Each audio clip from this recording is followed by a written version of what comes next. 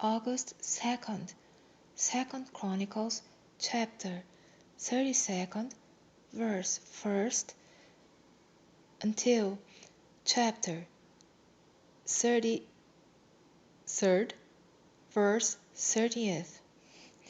After these things, and the establishment thereof, Sennacherib king of Assyria came, and entered into Judah, and encamped against the fenced cities, and thought to win them for himself.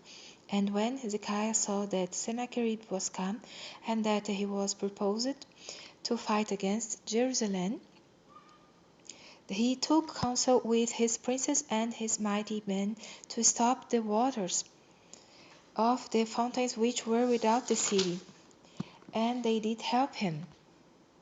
So there was gathered much people together, who stopped all the fountains, and the brook that ran through the midst of the land, saying, Why should the kings of Assyria come and find much water? Also he strengthened himself, and built up all the wall that was broken, and raised it up to the towers, and another wall without, and repaired Milo in the city of David, and made darts and shields in abundance. And he set captains of war over the people, and gathered them together to him in the street of the gate of the city, and spake comfortably to them, saying, Be strong and courageous. Be not afraid nor dismayed for the king of Assyria, nor for all the multitude that is with him, for there be more with us than with him.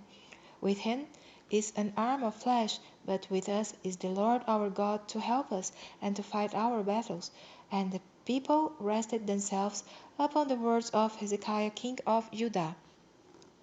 After this did Sennacherib king of Assyria send his servants to Jerusalem, but he himself laid siege against Lachish and all his power with him, unto Hezekiah king of Judah, and unto all Judah that were at Jerusalem, saying, Thus saith Sennacherib king of Assyria, Whereon do you trust that you abide in the siege of Jerusalem?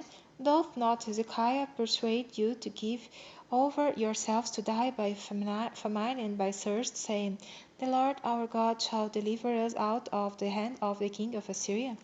Hath not this same Hezekiah taken away his high places and his altars, and commanded Judah and Jerusalem, saying, Shall worship before one altar, and burn incense upon it?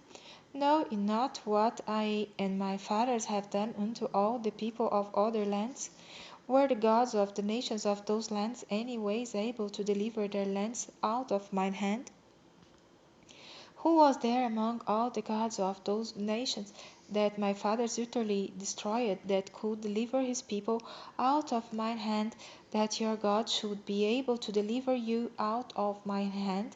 Now therefore let not Hezekiah deceive you, nor persuade you on this manner, neither yet believe him. For no God of any nation or kingdom was able to deliver his people out of mine hand, and out of the hand of my fathers. How much less shall your God deliver you out of mine hand? And his servant spake yet more against the Lord God, and against his servant Hezekiah. He wrote also letters to rail on the Lord God of Israel, and to speak against him, saying, As the gods of nations of other lands have not delivered their people out of mine hand, so shall not the God of Hezekiah deliver his people out of mine hand.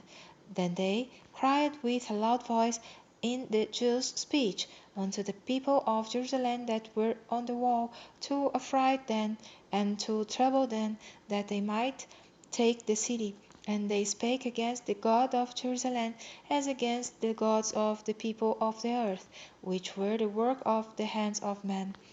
And for this cause Hezekiah the king and the prophet Isaiah the son of Amoz prayed and cried to heaven, and the Lord sent an angel, which cut off all the mighty men of valor, and the leaders and captains in the camp of the king of Assyria. So he returned with shame of face to his own land. And when he was come into the house of his God, they that came forth of his own bowels slew him there with the sword.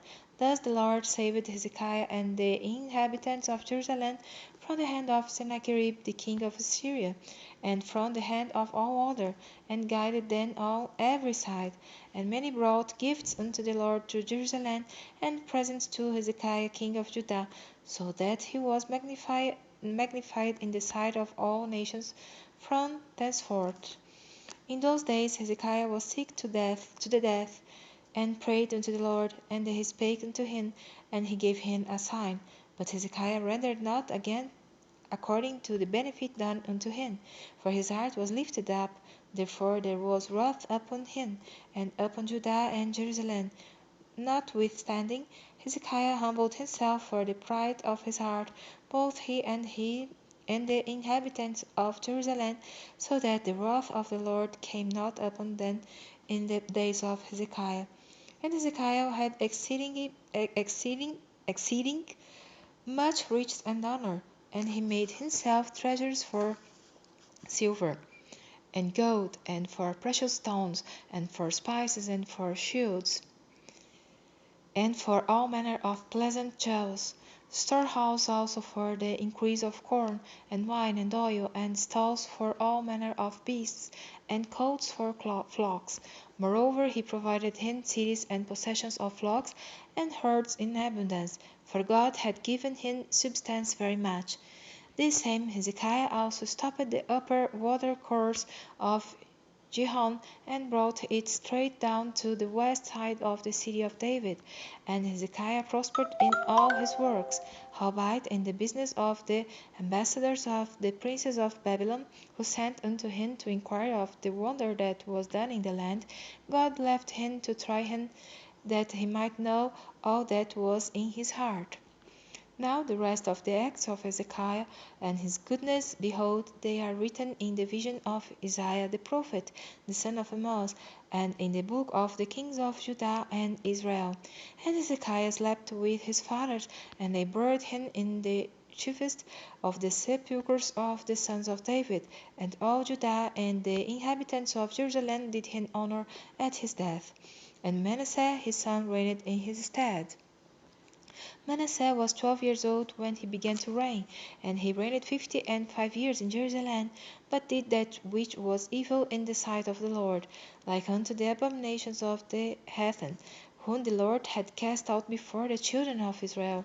For he built again the high places which Hezekiah his father had broken down, and he reared up altars for Baalim, and made groves, and worshipped all the hosts of heaven, and served them.